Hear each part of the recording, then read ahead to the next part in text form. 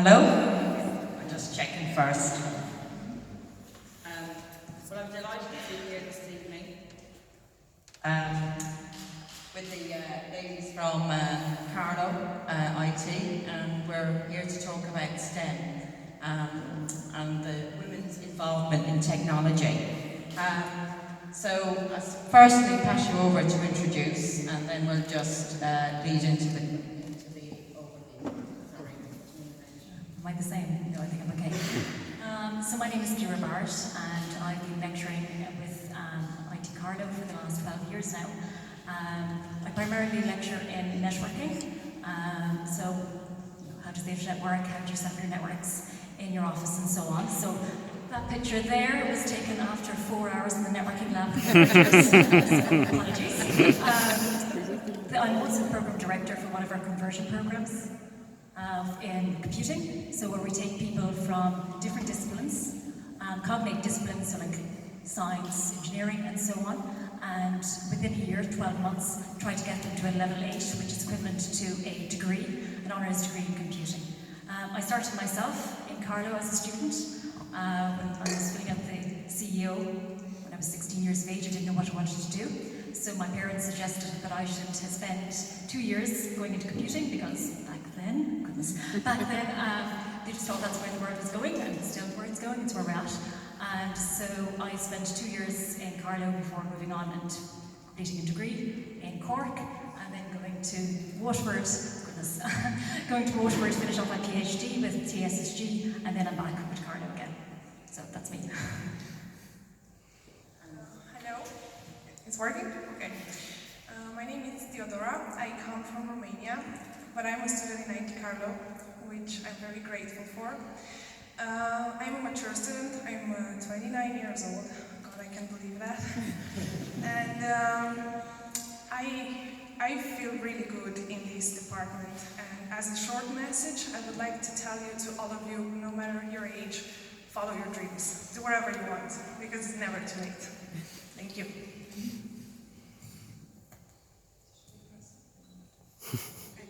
Good evening. My name is Anna, and I'm a student in IT Carlo, so a mature student, as you can see. I'm in second year, and I'm doing programming, computer programming, and I'm very happy to be here tonight. And I'm very proud to study in a different country. I come from Romania as well. And I didn't follow college or university back home, and I'm very proud to be in IT Carlo and to follow my dream. I love computers, and I hope I'll know everything about them at the end of my course. Thank you. Now, overcome the technical difficulties, I'll introduce myself. So I'm Margaret Corrigan. I work for Taxback Group. I've been there for the last 2 years, but I started out in IT way back when we thought the world was going to end, and we're coming to the 2000 bug, when we couldn't get enough of developers, and everybody was trying to get off the old mainframes, overcome that problem. So I've been around in IT for over 20 years now. And it's great to be finally back living and working in Kilkenny. It took me a long time to get back. I've been lucky to work in the UK on a lot of transformational programs. So from initially system testing, business analyst, project management, to then running IT, which was up in Dublin for a number of years there, and finally came back to Kilkenny. So within there, I'm supporting Taxback, and we're certainly looking for people. So if anybody's here tonight that wants to get involved in IT, we're very keen to address the shortfall in women. So just around the shortfall of women, I suppose some of you might be interested to know that CSO reported in Ireland that 55% of women between 25 and 34 have degrees. However, there's only 46 of men. But we're not seeing that same percentage of the take-up of women in STEM subjects. And that's, I suppose, further backed up with the research that 17%, just 17% of first year students in universities are taking up technology courses. So that's what we're going to talk about tonight. How do we get more women into technology? So I suppose we touched on some of my questions, but I suppose if I open up to the two ladies at the end here, what really influenced you both to get into technology and to undertake a degree in software development? I always had a very big belief in helping people and maybe change the world, and then you grow up and you realize it's a really big world that can't change it all.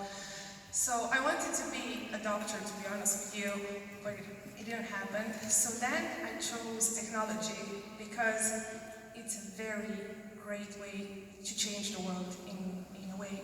If you think about it, we touch technology every day in every room we go in. It's basically kind of impossible today to don't be connected with technology. And you can be as creative as you can be.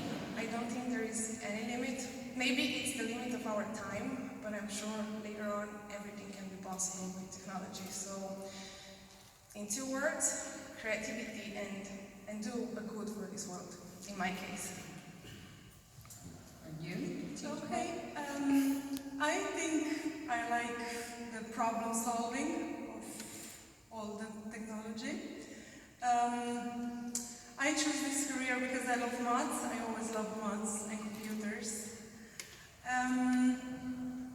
And I think it's a reward industry also these days. And there's a lot of opportunities. There's a lot of jobs everywhere, all over the world. And I love it. No, thank you. So,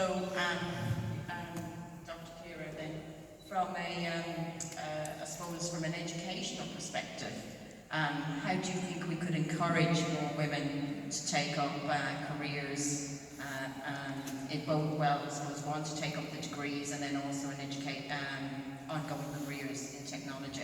Sure, as you started to start there, just under 20%, so 17% at the moment of grads in IT are ladies, and that's also reflected in the workplace. So in Ireland, we actually fare a little better than we do in Europe in general. In Ireland at the moment, 18.9% of the workforce is made up of women, which is 16% in Europe, so we do slightly better. But you can see there's a direct correlation. So the number of people studying IT in 3rd level is directly related, obviously we think, to the number of people who are there working in the space afterwards. So I suppose while we in 3rd level need to ensure that we support the ladies who are with us and make sure that they come from 1st year successfully through all the ways, 4th year perhaps onto postgrad. But we must also, I suppose, support other levels of education, as in primary level, 2nd level, to ensure that they can encourage girls at a much younger age to get involved in computing and realise it's also for them. So I suppose improving education, so starting with primary school, through, I suppose, lovely initiatives like the Coder Children. So getting them involved in a more creative way and so on, and realise it's not just for boys, but it's from girls from age 7, from the young ages we're talking about already here tonight. And then, hopefully then into secondary school, then we have in junior cert level at this stage, we have some modules that exist that are provided to the kids at 2nd level from 1st, 2nd and 3rd year. But these aren't actually subjects in the junior cert. So we'd be interested to see if we could actually get them to study and spend real time, commit real energy into computing at a younger age at the junior cycle, get them to have a subject rather than just, in their spare time as a project afterwards. And then that would come into making sure that in 3rd, they were doing their leaving cert, that they will actually pick, hopefully, what will become an established leaving cert, computing science subject in leaving cert. They will actually choose it at that stage. Because we have in Carlow, just in June, first week in June, we normally run a summer camp for those who are in 4th to 5th and 6th class, or 6th class in secondary school. And when we find even with that stage that whilst we get people from lots of different areas all over Ireland, particularly the southeast, but all further away than that, what we find even at that stage is that it's primarily boys that are sitting in front of us for that week. So even when we get to the age of 15, 16, 17, we can see that it's perhaps too late. So I think start earlier, really, like Coder Jojo and what you're doing.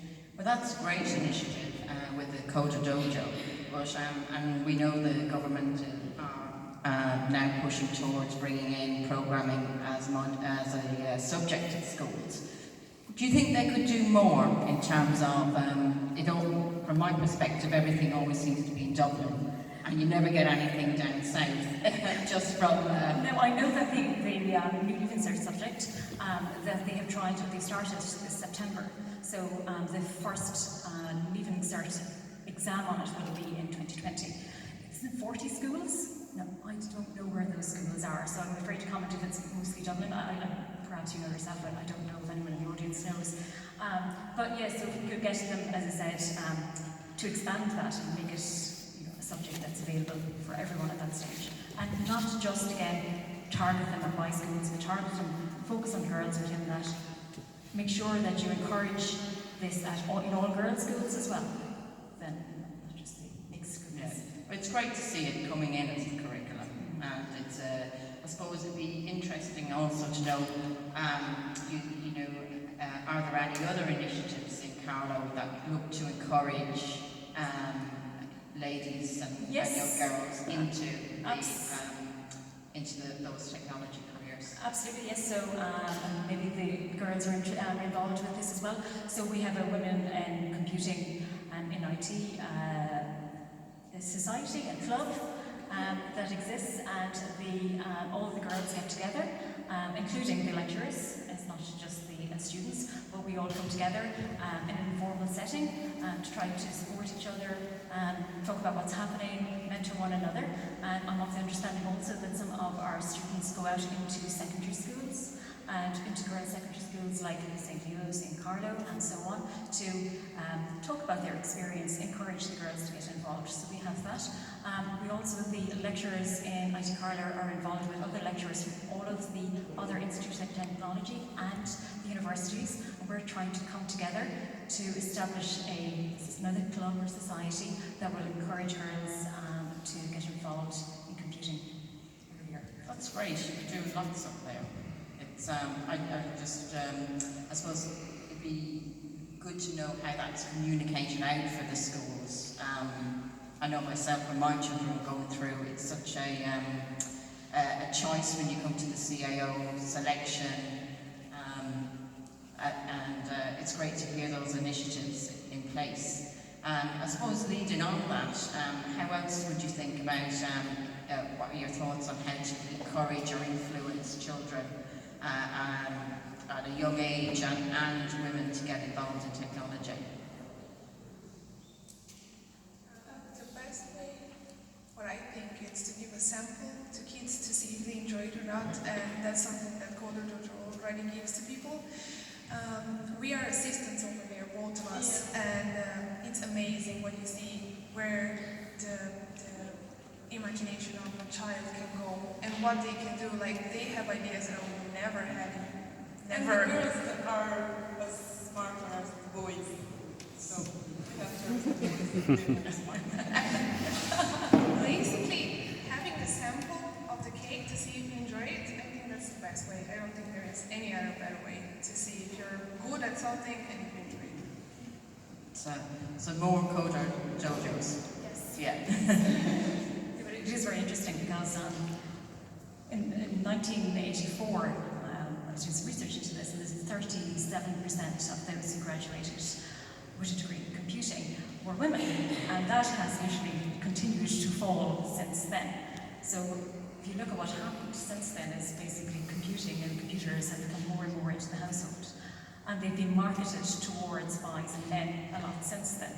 And again, I think all of these initiatives now that are encouraging women and girls from a younger age is going to help hopefully bring that stat back up to 34 and higher in the coming years. I'm also understanding that Coder Jojo also have, which we have girls help with in Cardiff, but they also have a Coder Dojo Girls, specifically aimed at getting mentors that are ladies to work with the girls in this space as well.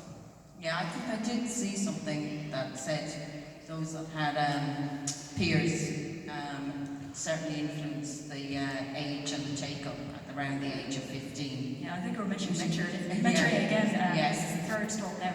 But yes, absolutely very, very important. I think that's another big thing. To stop the stereotypes, you have to put people out there to show, well, it's not just the men, it's also the ladies and the girls that are involved in this, and to try to help with the mentorship there. So yeah, a lot of the bigger organisations also do that. We have students who go to Dell, EMC, and Microsoft and so on, who have mentorship programs for our third level students as well. So what would you say, I suppose, other than early on trying to get children involved and girls from an early age in technology is one of our biggest challenges to overcome, to improve it? Are there any other things we could do? I said counteracting negative stereotypes, to ensure mentoring, improve that in different spaces at different stages, from being very small to secondary school and onwards as you progress in your career as well. And I don't know. We should have the answer. What about, any thoughts from you, ladies?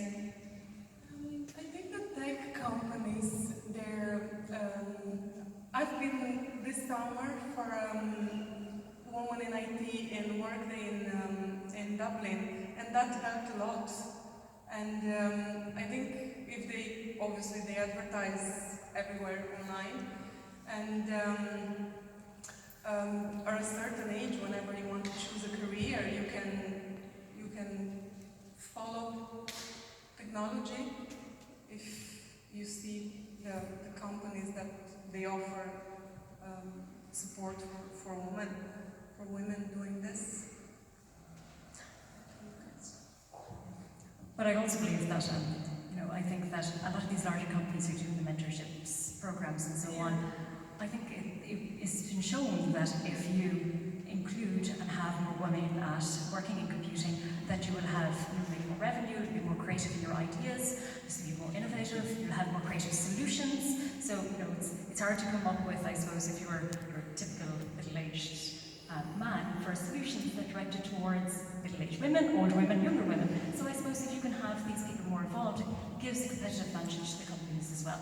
It allows them to come up with more creative ideas, to be more innovative, and so on. So I think, it's good for everyone around, and I also think it's very beneficial given the fact we have a huge lack of skilled workforce at the moment.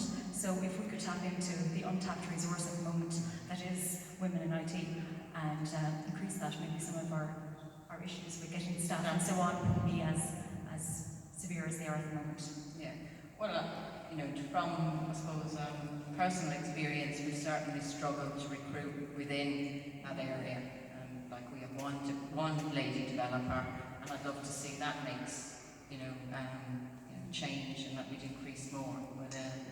But, and I know that there was an IT skills action plan published in 2014, and the government did commit to a lot of ideas within that. So, for example, they said that they would increase the number of courses that existed at third level. So in Cardiff, for example, we have done that. We have tried to ensure that there's different offerings out there. So we have a new Master's in Data Science, and there's a new BSc in Cybercrime and IT Security.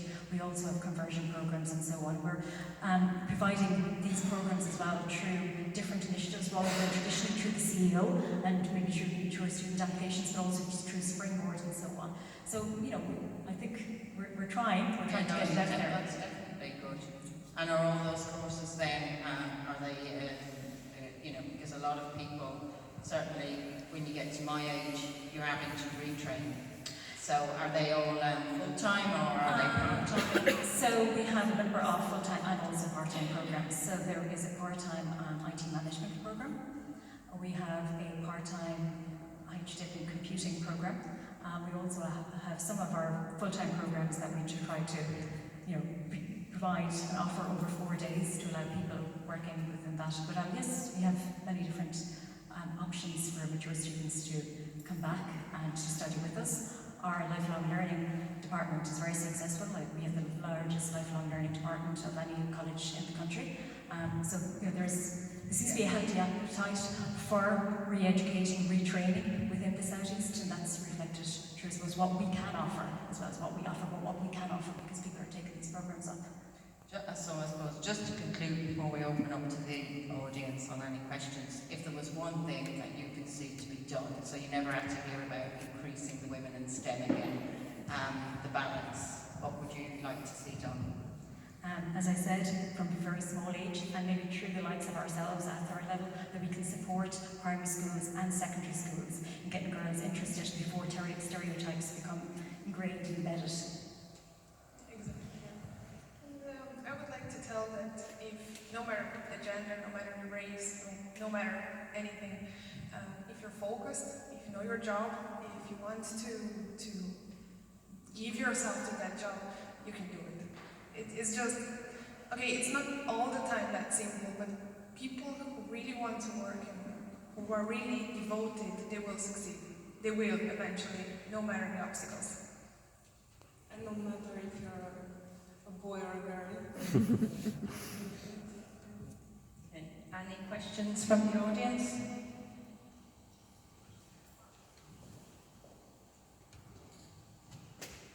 Nobody knows about you. I'm working with construction and engineering at the minute, and like there definitely isn't a prejudice as far as if a woman or a man gets a job, but the prejudice is seen, like it's very, very young, as you were saying. Subjects even that are on offer at present in the Kilkenny schools, I have friends who are teaching in Wexford, Dublin, Cork, they're just not made available to women and to young girls, and that's where the problem is coming from. Like things like applied maths, physics, they're predominantly available in all boys' schools. I went to a mixed school myself, but the doors were not open for leaving cert subjects in particular. Like tech, graph and woodwork were open to women and to young girls, like up to junior cert. But when it came to leaving cert, I know that there was a cut-off point, and unless the girls got an A or a B in their junior cert, the door wasn't open for them. It's taking a long time for this to come about, but I think there has to be more of an open forum to put that pressure on to the educators, to the boards of management in particular, to get that change to come through, because